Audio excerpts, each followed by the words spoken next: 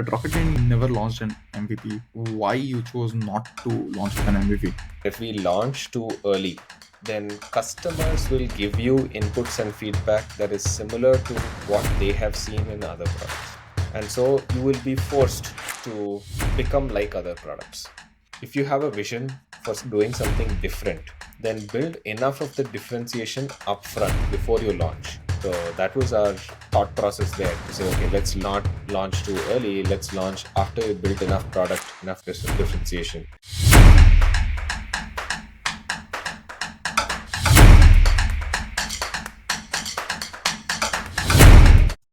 So, how do startups get acquired?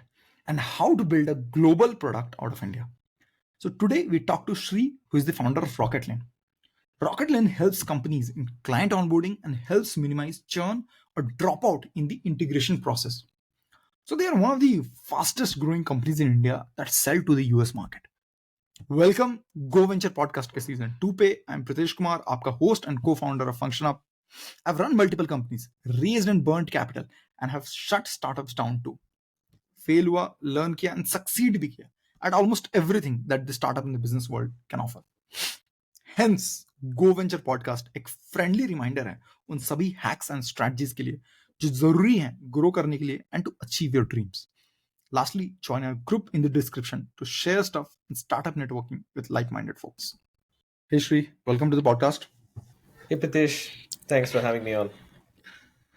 So Shri, when I talk to companies, especially SaaS companies now or B2B companies, let's say in general, the first thing and the most interesting bit that comes to my mind is how they have acquired their first few customers, right? And that's something that I want to understand from you guys as well.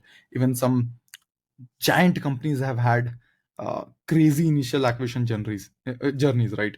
Like Intercom, for example. Intercom founders identified companies themselves, and then they thought that they thought would benefit the most from their product, and reached out to them personally. They gave out free trials to them and eventually acquired them as paid users. A very targeted and personalized approach. And last week I was talking to Pleaver as well, and the founder Venki, who happened to have their first customer walk up to them and ask them to build some customer engagement and outreach features, and that they would be happy to pay for that. So my question to you is, how did you get your, let's say, first 5 customers? Sure. So we actually did a lot of customer discovery interviews or problem discovery interviews for a whole year before we launched our product. And so we had built a list of companies that had shown some interest in the problem we were trying to solve. The way we did that was we, of course, reached out to our own network where we knew there were companies that were selling to mid market enterprise, which will have like a 3-week or more implementation journey because our product helps streamline uh, onboarding and implementation projects essentially, right? So we sort of focused on how do we make that seamless and how do we ensure that we're reaching out to companies that uh, have that problem in a more acute way. We also reached out to VCs in our network, and they were also reaching out to us when we were raising money initially. We asked them, "Hey, which portfolio companies have a problem around this that comes up in your board meeting, right? Like where the time to value is being seen as too long, or they have problems in launching customers because of the implementation cycle." And they made intros into their portfolio companies. So that was one channel. And so we had this big list of 100 plus companies that we had been talking to that we had understood have a problem. And we started engaging with some of them. 3 of them from that list became customers in our first month of launch. But it also happens that we did our product hunt launch in the same month. And that gave us like around 250 signups, out of which I would say 150 were good leads, and we converted another 25 to 30 out of that too. So it sort of became more inbound than us choosing who. In most of that first 30 customers, I would say, were more people who found us rather than us identifying and chasing them. Got it. Got it. And that's a brilliant strategy. I think uh, typically there's a very high conversion rate, what I've realized on inbound vis-a-vis outbound, right? But before that, before coming to your current company, I believe you had a startup earlier called Konotor, right? Which was eventually acquired by Freshworks. It was probably amongst the first few acquisitions that Freshworks did. Yep. And Konotor eventually grew into FreshChat. Uh, so how did that acquisition happen? Can you tell your acquisition story? Sure. So we were bootstrapped in that journey for the first, more than a year and a half, and then we won a contest by Qualcomm and Axel, which gave us some money, and we were growing. But it was slower growth. uh, I would say we were acquiring large customers, but not every month, right? So there'll be like a little bit of dry period where you're not acquiring new customers, and then suddenly we'll acquire a few, etc. So we were trying to figure out the sales thing, but we have a lot of good brands working with us in India, especially as customers, and Southeast Asia. And we were about to raise an angel round. So we had put together the term sheet was in place, the angel investors had agreed to do it. So the whole thing had come together, and I was almost circulating that term sheet to everyone for signatures.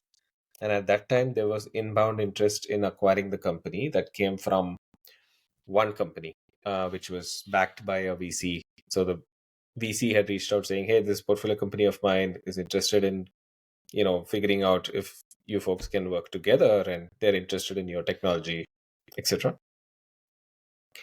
We were like, no, I know how this goes.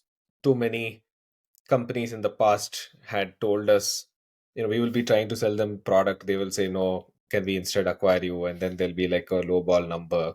So we said it's not really something we want to do, because we know that people wouldn't value this enough right now given where we are in the journey.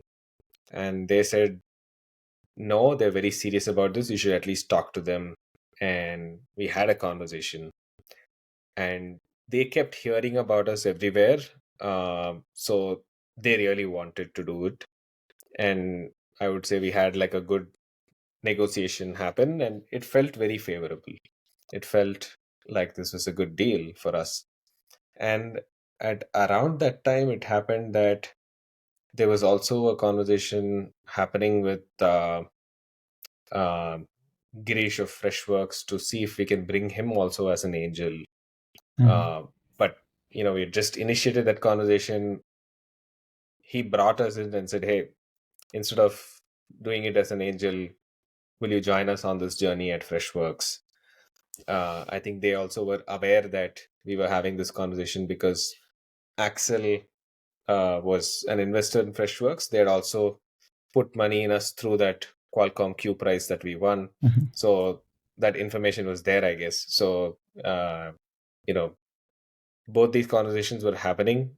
And a third conversation was, Tiger Global, one of the VC firms, a friend who knew someone at Tiger had put us in touch.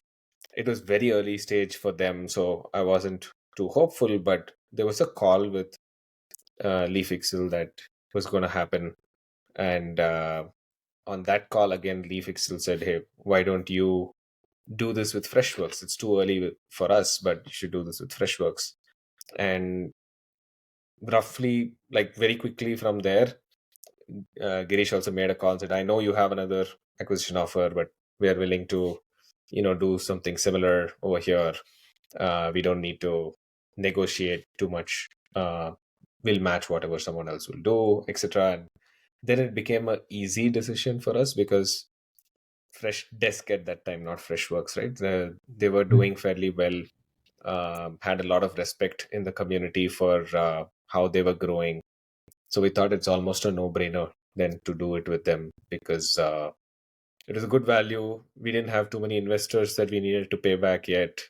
And uh, the way it's done also matters. So Girish wasn't like, hey, you want succeed on your own, you should join us. Instead, the way he would position it was, we need like an entrepreneurial team to come in here and build for the mobile world, the new world where everyone is moving to. And it feels like your company has really focused on that mobile app ecosystem, and you folks will be able to drive that forward over here. So he made it positioned in a way in which it was attractive to us as entrepreneurs to come in there and continue building that business, right? So I think that's critical. So everything came together. Financially, it was good because we hadn't raised money before. All the upside was for us. Hmm. Um, Felt like a good home for our team. Felt like a good fit from a product in the acquiring company perspective, and just a good, fast-growing company to be part of. What's up, guys? Pritesh here. I hope you're enjoying the podcast so far. I want to take a moment to just personally ask you for your help. If you're enjoying the podcast, would you be willing to share it to someone who you think would love it too? Maybe a friend, a family member, or social media, or even in a conversation with someone you can mention. The recommendation means the world to us. And because of people like you that we are able to produce this podcast on a weekly basis. So thank you so much for your support so far. And I would love if you could help us reach more people who would love and benefit from it. Really appreciate it. And now back to what we do best. I think I was reading up the Freshworks story and how it began. Uh, it's a classic example of building a company as a response to real world problems as well, right? That the founders have faced themselves. Girish, the Freshworks founder, had a terrible customer support experience for a delivery or a shipping that included a TV that TV that broke in the process. We He went on to blog about it and took to Twitter with his story, only to realize that the volume of unaddressed customer complaints were crazy, right? And there's a lot that happened after that that I can't recall, but this eventually led him to start a fresh desk to make it easier for companies to manage customer complaints. Eventually, the company expanded and became Freshworks. You guys also joined them and eventually became Fresh Chat, I believe. It's a classic journey from a frustrated customer to a problem solving entrepreneur.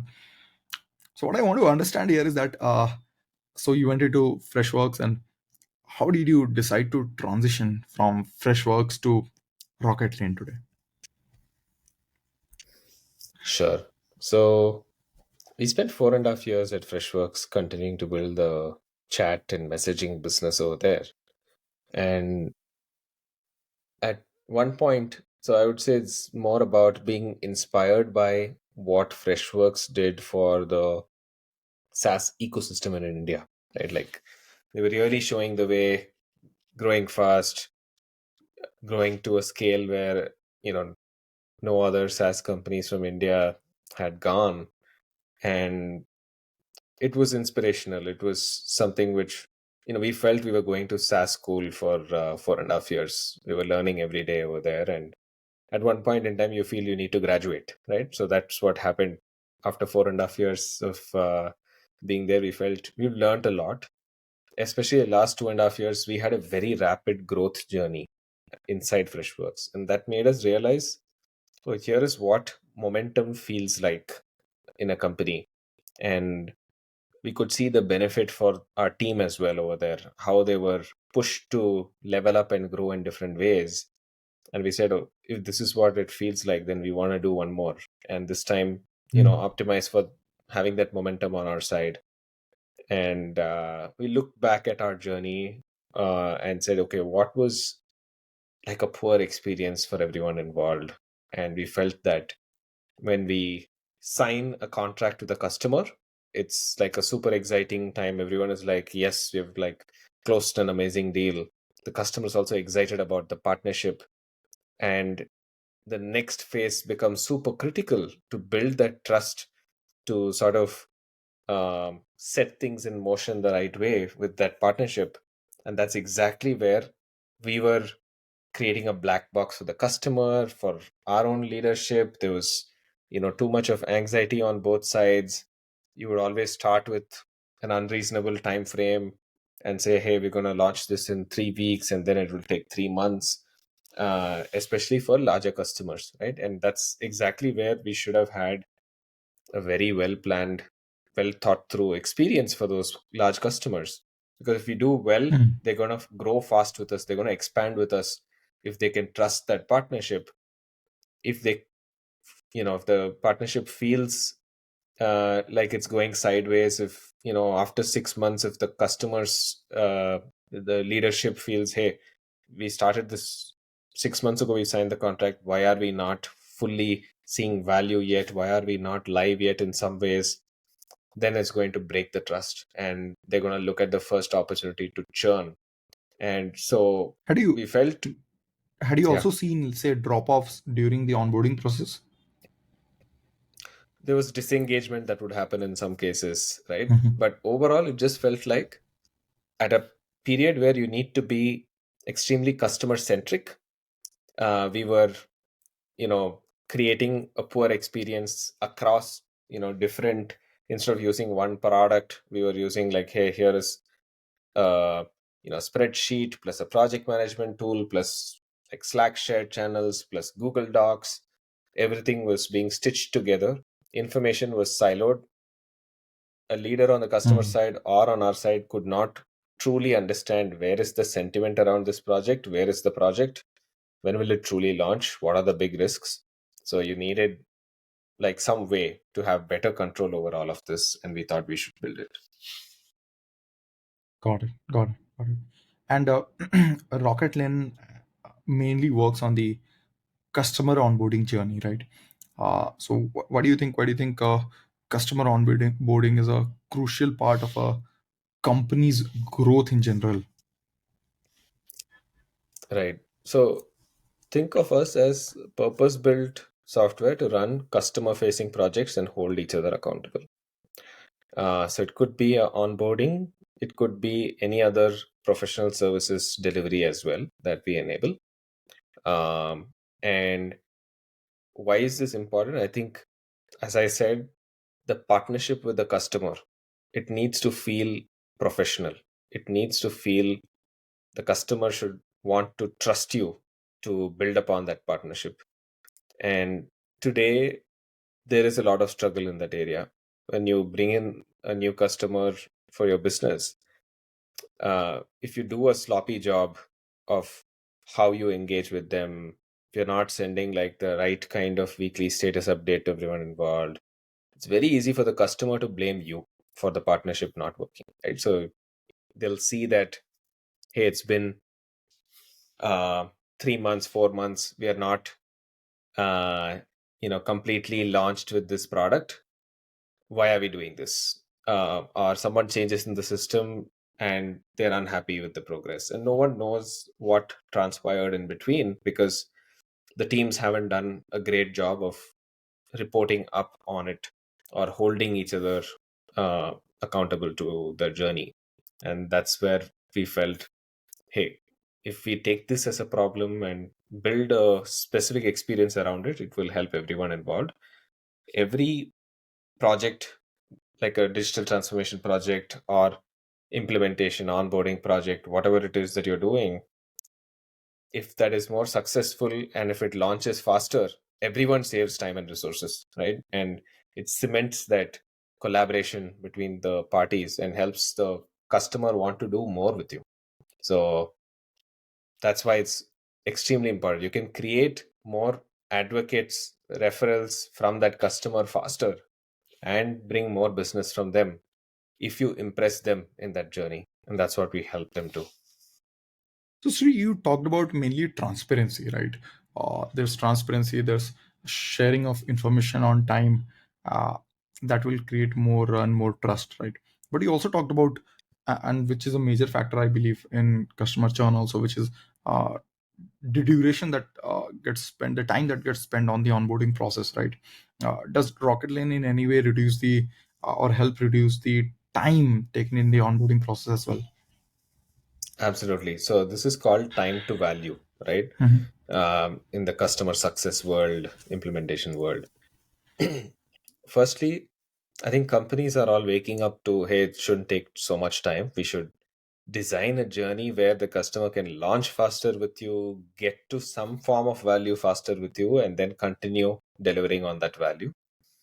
Where Rocketplane comes in is, as you rightly said, the transparency of being able to see where things are at, and the ability to professionally push out updates on a regular basis for leadership on both sides as well.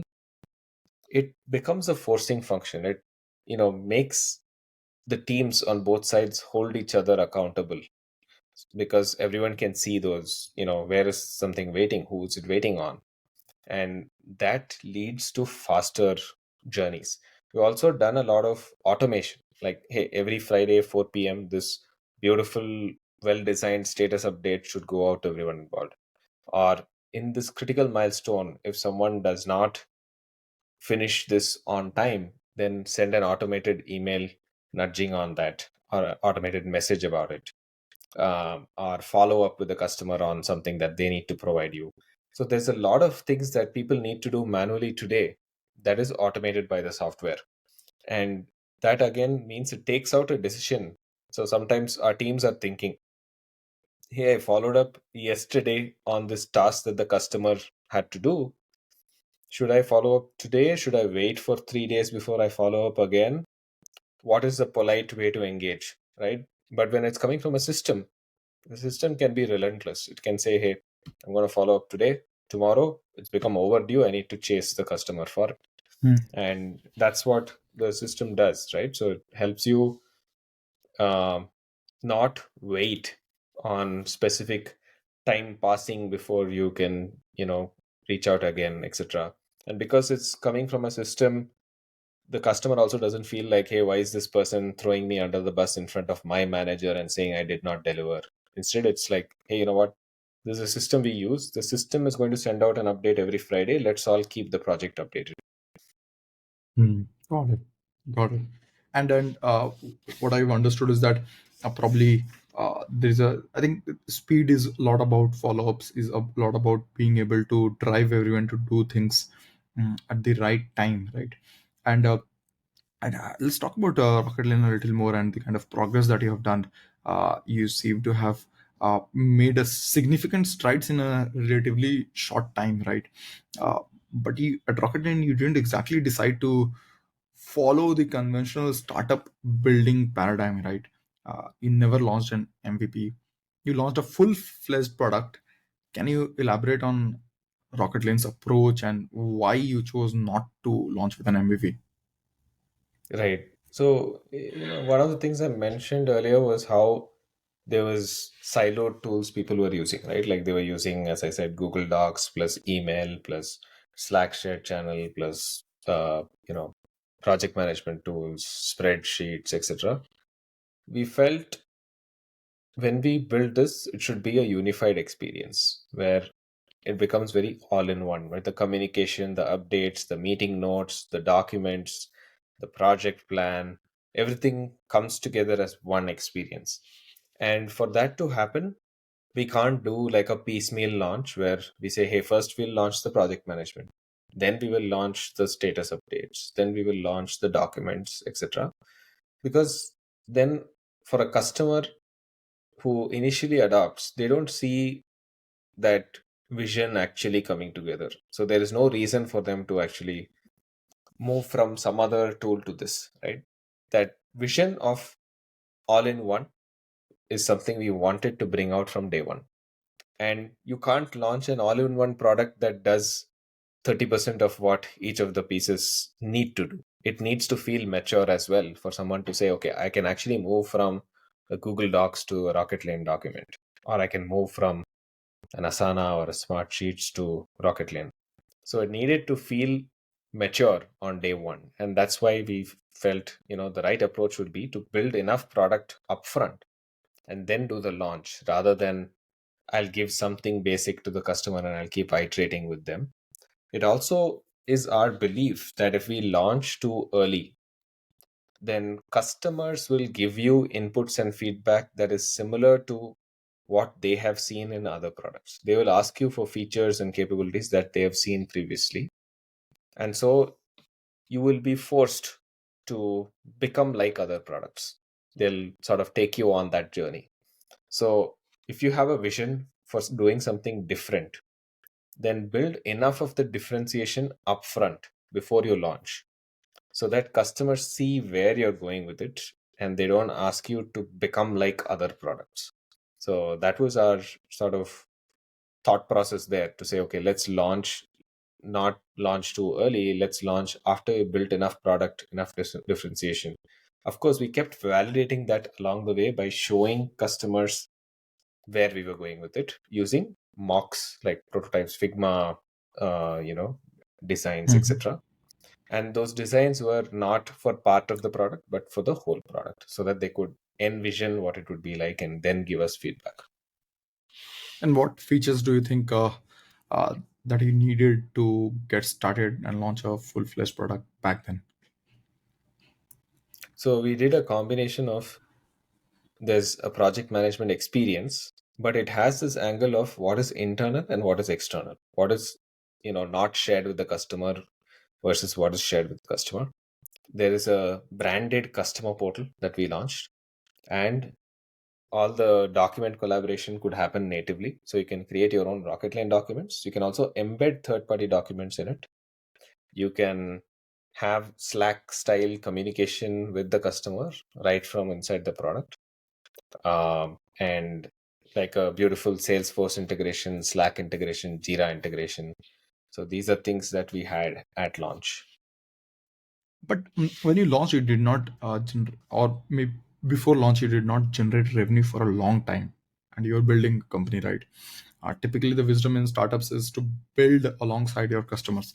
Did it feel scary that you guys had decided to take an unconventional path? I would say we were fairly confident about our path. Um, I think closer to launch, when things were ready, and we started giving it out in like a early beta, there was a little bit of anxiety around, hey, how will people react to this? Is it something that's going to pick up quickly? Is it going to have momentum? Is it not? Are we going to have to really push hard and sell it, or will people buy on their own? So that sort of friction and anxiety around it was there. But I would say we were fairly convinced with this is the right approach. We had to, of course, make sure our team understood that as well, because team members also should not lose motivation because we're not launching something quickly, right? So they keep building in a silo. They should not feel worried about, are we building the right thing. So we kept showing it to people, getting that feedback, sharing the feedback of what people liked, etc., back with the team, back with investors also are not used to this style of building, so we had to help them understand also why we're taking this approach. We wrote like a long memo and shared it with them, saying here is why we are doing this, this following this way of building product, and here is what we will have in our first launch, and here's why all of that needs to be there, right? So we sort of had that And document and created and shared with. and how long did you build before launching? Roughly a year. Roughly a year. Okay. Okay. Got it. Got it.